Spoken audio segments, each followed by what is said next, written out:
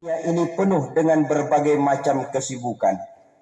Sejak dari petani yang turun ke ladang, pedagang yang berangkat ke pasar, pelajar yang menuju sekolah, sampai kepada pegawai yang berangkat ke kantor, seluruhnya tidak lain untuk mencari sesuatu yang bernama bahagia.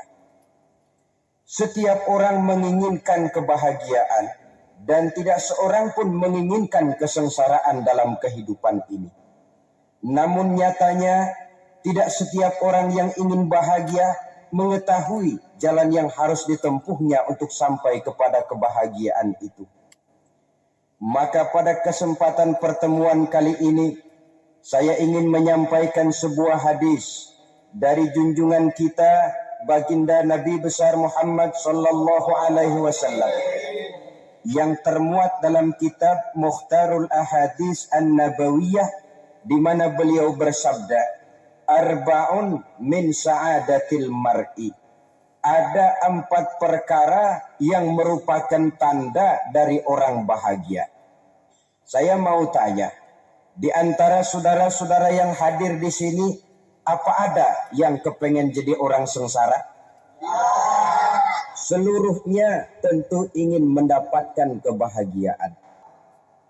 Jadi kalau saudara ingin bahagia, harus mempunyai 4 perkara ini. Yang pertama, orang bahagia itu kata Nabi, darun wasi'un. Punya rumah biar bagus asal gede. Enak ngaturnya. Daripada sudah punya rumah kecil, adanya di pinggir kali, gubuk, kalau hujan bocor, miring lagi, kiamat. Loh, kalau gitu Islam materialis dong. Hadis ini boleh diartikan dengan makna hakiki, arti yang sebenarnya. Boleh diartikan dengan makna majazi, arti kiasan. Kalau dia diartikan dengan arti kias, maka yang dimaksud darun wasi'un ay qalbun wasi'un. Rumah yang luas tidak lain daripada hati yang lapang. Karena di situ kunci kebahagiaan yang sebenarnya. Kalau hati kita luas-luas, rasanya rumah itu. Tapi biar rumah kita halamannya saja puluhan ribu hektar, ada kolam renangnya, kamar tidurnya tidak lagi terhitung. Kalau hati yang menempati rumah itu sempit, maka akan terasa sempit jugalah rumah itu. Marilah kita mencoba melihat berbagai pandangan orang tentang bahagia ini. Ada orang menyangka bahwa bahagia itu kalau dia mendapatkan harta yang sebanyak-banyaknya. Siapa yang banyak harta, dialah raja. Apa yang dia mau, seluruhnya bisa dibeli. Keamanannya, dia bisa menyewa petugas. Seluruh fasilitas untuk menyenangkan kehidupannya bisa dibeli. Pendeknya, hartalah segala-galanya dalam kehidupan. Sampai ada pepatah mengatakan, innad darahima fil amakini kulliha taksur rijala mahabatan wa jalala. Sesungguhnya harta, dinar, dirham, uang, di mana-mana selalu bikin hebat orang yang memilikinya. Wahia lisanun liman arada fasahatan, wahia silahun liman arada qitala. Uang adalah senjata yang paling ampuh bagi orang yang mau pergi perang, dan lidah yang paling fasih bagi orang yang mau bicara. Kalau bicara dengan lidah macet, cobalah bicara dengan harta, lancar. Sampai ada pepatah demikian, segalanya bisa diatur dengan harta. Maka di kalangan orang yang berpandangan semacam itu, seluruh kegiatan hidupnya hanya terfokus kepada bagaimana mengumpulkan harta yang sebanyak-banyaknya. Tidak peduli halal haram, tidak kenal sore pagi siang dan malam, tidak sempat sujud, jauh dari agama, jauh dari kehidupan yang bersifat rohaniah, jauh dari Allah dan sebagainya, sampai dalam Al-Quran dikelompokkan dalam kelompok yang dinamakan lumazah. Allazi jama'a mala wa addadah yahsabu anna malahu akhlada. Mereka mengumpul-ngumpulkan harta sebanyak-banyaknya dan menyangka bahwa harta yang banyak itu dapat mengekalkan hidupnya, mengekalkan kekayaannya, mengekalkan kebahagiaannya. Saudara hadirin yang berbahagia, tentu di satu tempat di mana fasilitas hidup serba menunjang tidak ada yang namanya penderitaan. Tapi suka dan duka, sedih dan gembira, senyum dan tawa adalah milik setiap orang, baik dia punya harta maupun dia tidak punya harta. Nyatalah bahwa harta semata-mata bukan merupakan jaminan bahwa orang akan bahagia, walaupun tanpa harta orang sulit untuk bahagia. Saya mau cerita, ada orang super kaya. Nah, dia punya 2 orang anak, yang satu laki-laki namanya Alexander, yang satu perempuan namanya Maria Onesius. Seluruh harapannya tertumpah kepada anak lakinya Alexander ini, yang akan meneruskan usahanya, meneruskan kekayaannya, meneruskan dinastinya. Apa yang terjadi? Ternyata anak yang dia harapkan yang bernama Alexander ini mati muda dalam kecelakaan pada waktu dia olahraga. Apa olahraganya? Namanya olahraga anak orang kaya, golongan jet set. Olahraganya olahraga pesawat terbang. Jatuh. Ya, nggak kapungut, habis mati. Tinggal satu anak perempuannya, Maria Onesius. Tapi anak perempuan ini juga malah urakan. Terakhir dia pacaran, bahkan kemudian kawin sama orang Rusia. Rupanya Aristotle Onesius ini broken. Kekayaannya yang berlimpah ruah, perusahaannya yang begitu banyak. Siapa yang akan meneruskan? Siapa yang akan menggantikan? Sampai kemudian dia mengurung diri di Pulau Scorpio dan mati di sana secara mengenaskan. Seorang multi jutawan, seorang yang super kaya, mati menyendiri di pulau sepi. Ibarat kata pepatah, anak ayam mati di lumbung. Bukan kekurangan makanan, keurugan makanan. Begitu kehidupan Aristotle Onesius. Dan banyak orang-orang yang sudah demikian kaya sampai dibingungkan oleh kekayaannya sendiri. Telusurilah kehidupan David Rockefeller misalnya. Pantas ketika Imam Ali ditawarkan orang, ya Ali, kalau kepadamu disuruh pilih ilmu atau harta, kau pilih mana? Ya jelas pilih ilmu dong. Kenapa? Pertama, ilmu kalau kita berikan kepada orang lain tambah. Tapi harta kalau kita berikan kepada orang lain kurang. Saudara punya uang 10.000, dibagi orang 5.000, jelas uang saudara berkurang. Tapi saudara punya ilmu, diberikan kepada orang lain bisa, saudara pun makin mantap. Tidak lantas jadi bodoh karena ngajarin orang. Saudara bisa Fatihah, lalu mengajarkan orang Fatihah. Orang bisa, saudara pun makin hafal. Tidak lantas setelah diajarin orang ilmunya hilang. Begitu datang dia minta orang, tolong ajarin saya Fatihah. Udah habis, nggak ada.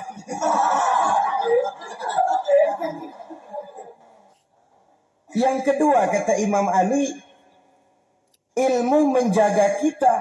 Kalau harta, kita yang harus jaga. Makin banyak ilmu, makin terpelihara diri seharusnya. Tetapi makin banyak harta, makin bingung kita jaganya. Sampai kadang-kadang kalau perlu seluruh keliling rumah dipasangi alarm. Belum cukup disewakan anjing besar-besar, pasang di depan pintu, awas anjing galak. Masih belum cukup juga cari centeng tukang-tukang kepruk jaga rumah. Masih terasa belum aman, padahal rumahnya dikelilingi tembok besar. Di balik tembok ada pintu-pintunya tebal. Di balik pintu itu terbuka masuk kamar, kamar pun ada pintunya pun kuat. Masuk ke dalam kamar ada lemari, lemarinya pun pintunya kuat. Dikunci, kuncinya pun kuat. Tapi terhadap seluruhnya yang timbul cuma sekedar was-was saja. Tapi harta semata-mata tidak merupakan jaminan orang akan bahagia. Dengan hati yang luas, itu modal utama untuk mencapai kebahagiaan hidup. Orang yang hatinya luas, saudara-saudara, punya hati yang lapang, melihat kenyataan hidup ini, dia bersyukur senantiasa kepada Allah. Lantas tidak timbul hasud dan iri hatinya. Oleh karena itu jiwanya selalu lapang. Kalau tidak, cupik hati namanya. Dangkal pandangan, tidak senang melihat orang lain dapat nikmat, dan itu sering dijadikan contoh. Kalau orang yang lapang dada, dia lihat tetangganya beli TV baru, dia berkata, Alhamdulillah ya, tetangga kita beli TV, mudah-mudahan kita bisa ikut nonton. Lapang dadanya. Tapi orang yang sempit hati, lihat tetangga beli televisi, meriang. Besoknya dengar tetangga beli motor, makin sakit, ke rumah sakit. Lalu di rumah sakit dengar tetangganya beli mobil, mati. Disiksa oleh perasaannya sendiri. Orang kalau hati sudah sempit dalam hidup, kemanapun dia pergi, sempit rasanya medan kehidupannya. Kemudian kita melihat juga ada orang yang menilai bahwa bahagia itu katanya kalau punya kedudukan yang tinggi, pangkat yang agung, wibawa yang besar. Mungkin betul, tapi mungkin juga tidak. Bergantung kepada hati orang yang punya pangkat itu.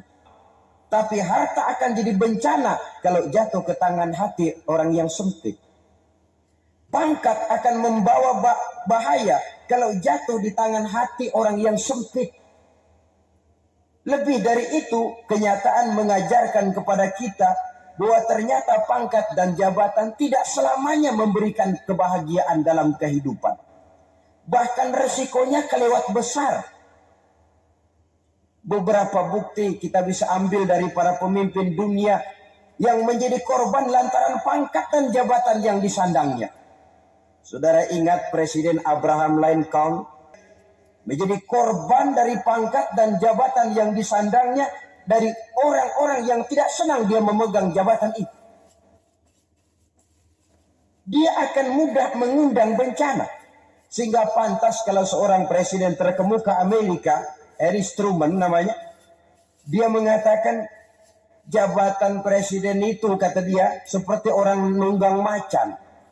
Naik macan, harus kita taiki, kalau enggak dia bakal nerekam kita, ngeri katanya. Many compilers try now. Adapun orang yang hatinya lapang, kalau dia menerima pangkat dan jabatan, dianggapnya itu satu kesempatan untuk berbuat baik. Tapi orang yang berhati sempit, menerima pangkat dan jabatan, bukan kadang-kadang menerima, malah berusaha setengah mati mencapai dengan segala cara. Kalau perlu jilat atas, jilat atas. Jadi golongan sumohon dawu. Jadi kelompok kulon nuwun. Orang yang semacam ini, kalau sudah mempunyai pangkat dan jabatan, biasanya dia tidak menganggap itu sebagai amanah. Tidak menganggap sebagai kesempatan berbuat baik, tapi malah kesempatan untuk memperturutkan hawa nafsunya yang dilatar belakangi oleh kesempitan hatinya tadi. Apalagi kalau orang memperoleh pangkat karena banyak mengeluarkan uang. Seakan-akan pangkat dan jabatan itu sekarang macam proyek, pakai tender. Siapa yang berani bayar segini, naik. Nggak berani, minggir. Padahal logikanya, kalau orang mencapai satu jabatan karena banyak mengeluarkan uang, hampir bisa dipastikan bahwa setelah jabatan itu dia pegang, langkah pertama yang akan dilakukannya ialah berusaha bagaimana uang yang dia keluarkan supaya kembali. Ya paling kurang pulang modal dulu dong. Soal mikirin rakyat, soal nanti. Tapi ini modal harus pulang. Itu celakanya kalau orang memperoleh pangkat dan jabatan cuma karena banyak mengeluarkan uang. Jarang orang yang mempunyai keyakinan dan pandangan bahwa pangkat dan jabatan merupakan amanah. Jadi sekali lagi, pangkat dan jabatan mungkin saja membawa kebahagiaan kalau jatuh ke tangan orang yang berhati lapang. Tapi bisa jadi bencana kalau dia jatuh ke tangan orang yang mempunyai hati yang sempit. Lagi-lagi stresnya hati yang lapang. Lalu sebagian orang, saudara, ada yang berpandangan katanya bahagia itu kalau jadi orang terkenal, mempunyai popularitas, menjadi idola di kalangan remaja, di kalangan orang tua, di segala lapisan masyarakat. Padahal makin populer orang makin terikat dia.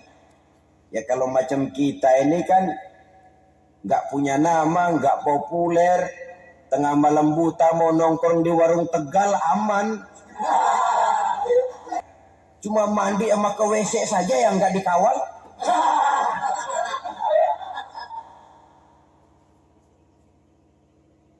Benarkah popularitas, ketenaran membawa kebahagiaan? Mungkin. Ya, tapi mungkin juga tidak. Kenapa? Banyak orang-orang populer yang mengakhiri hidupnya secara tragis. Kita ambil beberapa nama.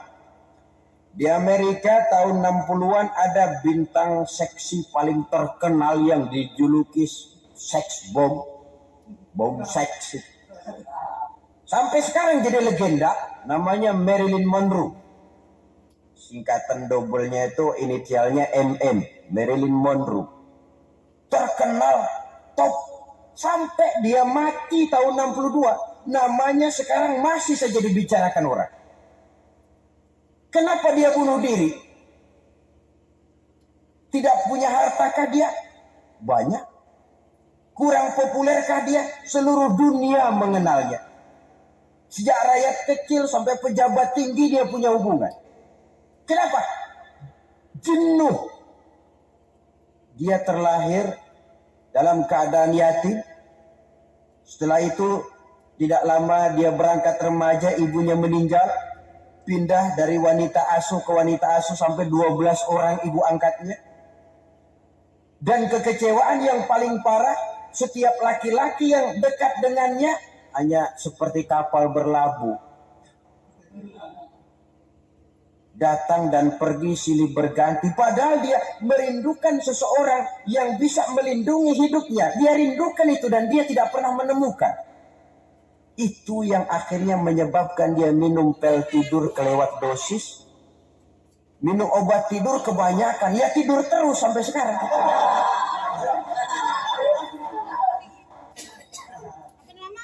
Dia mengakui,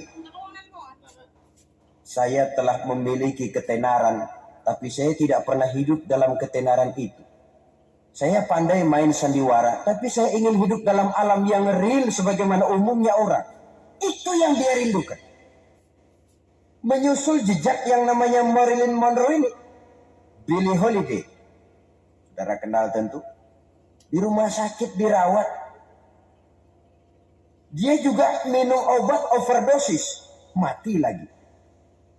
Jimi Hendrix minum obat tidur overdosis kelewat batas, mati lagi. Lalu yang menghanyutkan diri di danau, Janis Joplin dan Brian Jones, ini orang-orang populer, orang-orang terkemuka yang mengakhiri hidup secara tragis.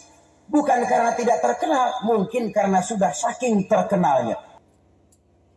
Oleh karena itu, benarlah junjungan kita pada saat beliau mengajarkan orang akan bahagia kalau dia mempunyai hati yang lapang.